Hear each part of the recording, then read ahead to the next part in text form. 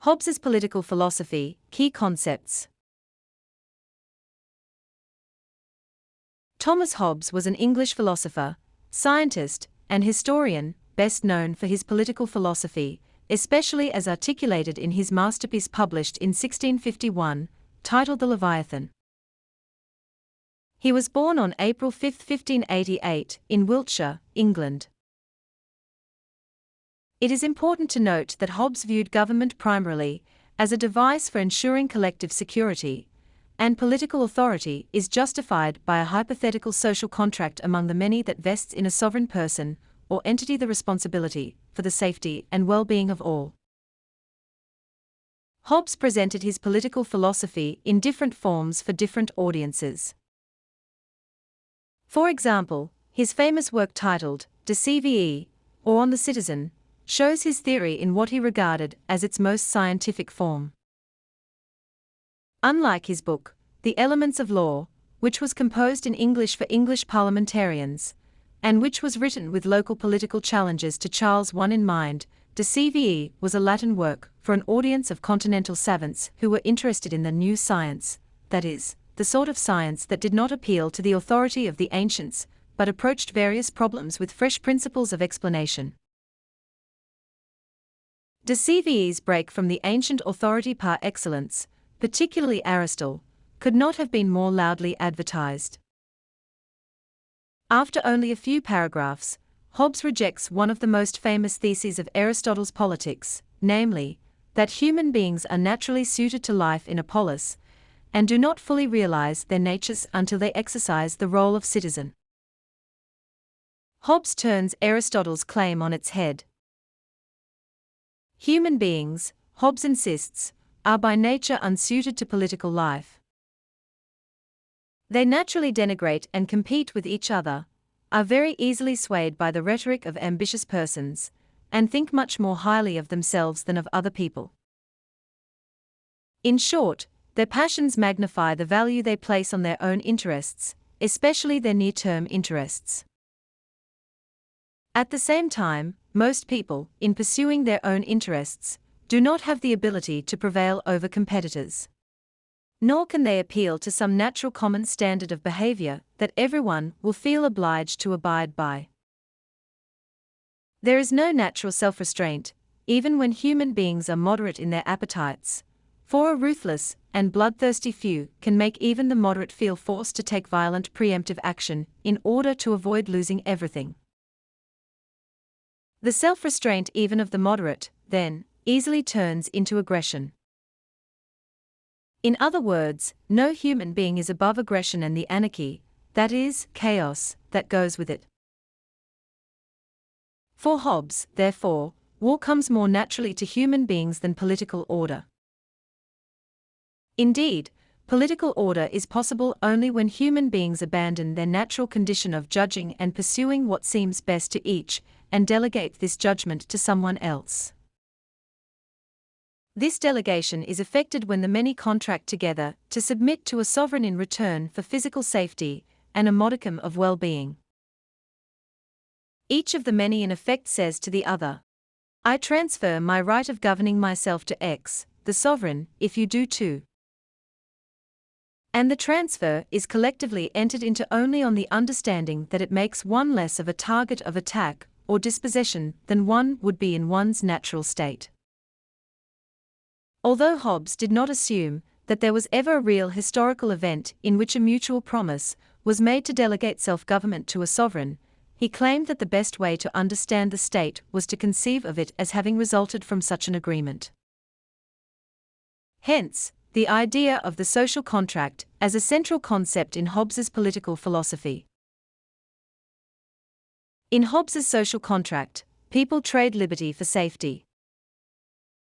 Liberty, with its standing invitation to local conflict and finally, all-out war, a war of every man against every man, is overvalued in traditional political philosophy and popular opinion, according to Hobbes.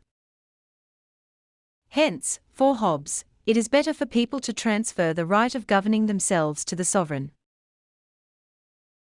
Once transferred, however, this right of government is absolute, unless the people feel that their lives are threatened by submission. The sovereign determines who owns what, who will hold which public offices, how the economy will be regulated, what acts will be crimes, and what punishments criminals should receive.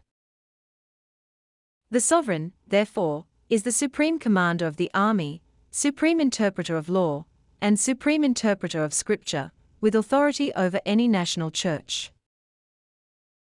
It is unjust, a case of reneging on what one has agreed, for any subject to take issue with these arrangements, for, in the act of creating the state, or by receiving its protection, one agrees to leave judgments about the means of collective well-being and security to the sovereign. The sovereign's laws and decrees and appointments to public office may be unpopular, they may even be wrong.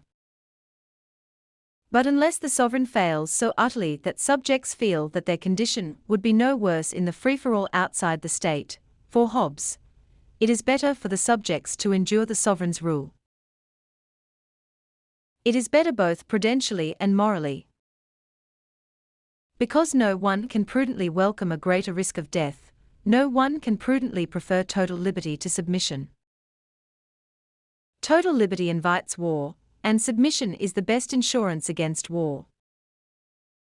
Morality too supports this conclusion, for, according to Hobbes, all the moral precepts enjoining virtuous behavior can be understood as derivable from the fundamental moral precept that one should seek peace, that is to say, freedom from war, if it is safe to do so. Without peace, he observed, humans live in continual fear and danger of violent death, and what life they have is solitary, poor, nasty, brutish, and short. What Hobbes calls the laws of nature, the system of moral rules by which everyone is bound, cannot be safely complied with outside the state, for the total liberty that people have outside the state includes the liberty to flout the moral requirements if one's survival seems to depend on it. It is important to note that for Hobbes, the sovereign is not a party to the social contract. He receives the obedience of the people as a free gift in their hope that he will see to their safety. The sovereign makes no promises to the people in order to win their submission. Indeed, because he does not transfer his right of self-government to anyone, he retains the total liberty that his subjects trade for safety. He is not bound by law, including his own laws. Nor does he do anything unjustly if he makes decisions about his subjects' safety and well-being that they do not like. Although the sovereign is in a position to judge the means of survival and well-being for the many more dispassionately than they are able to do themselves, he is not immune to self-interested passions. Hobbes realizes that the sovereign may behave iniquitously. He insists that it is very imprudent for a sovereign to act so iniquitously that he disappoints his subjects' expectation of safety and makes them feel insecure. Subjects who are in fear of their lives lose their obligations to obey, and, with that, deprive the sovereign of his power. Reduced to the status of one among many by the defection of his subjects, the unseated sovereign is likely to feel the wrath of those who submitted to him in vain. It must be noted that Hobbes's masterpiece, Leviathan, does not significantly depart from the view of de Cive concerning the relation between protection and obedience, but it devotes much more attention to the civil obligations of Christian believers and the proper and improper roles of a church within a state. Hobbes argues that believers do not endanger their prospects of salvation by obeying a sovereign's decrees to the letter, and he maintains that churches do not have any authority that is not granted by the civil sovereign. As we can see, Hobbes's political philosophy is chiefly concerned with the way in which government must be organized in order to avoid civil war. It therefore encompasses a view of the typical causes of civil war. Also, Hobbes's works on church history and the history of philosophy also strongly reflect his politics. He was firmly against the separation of government powers, either between branches of government or between church and state. His ecclesiastical history emphasizes the way in which power-hungry priests and popes threatened legitimate civil authority. His history of philosophy is mostly concerned with how metaphysics was used as a means of keeping people under the sway of Roman Catholicism, at the expense of obedience to a civil authority. Lastly, his theory of law develops a similar theme regarding the threats to a supreme civil power posed by common law and the multiplication of authoritative legal interpreters.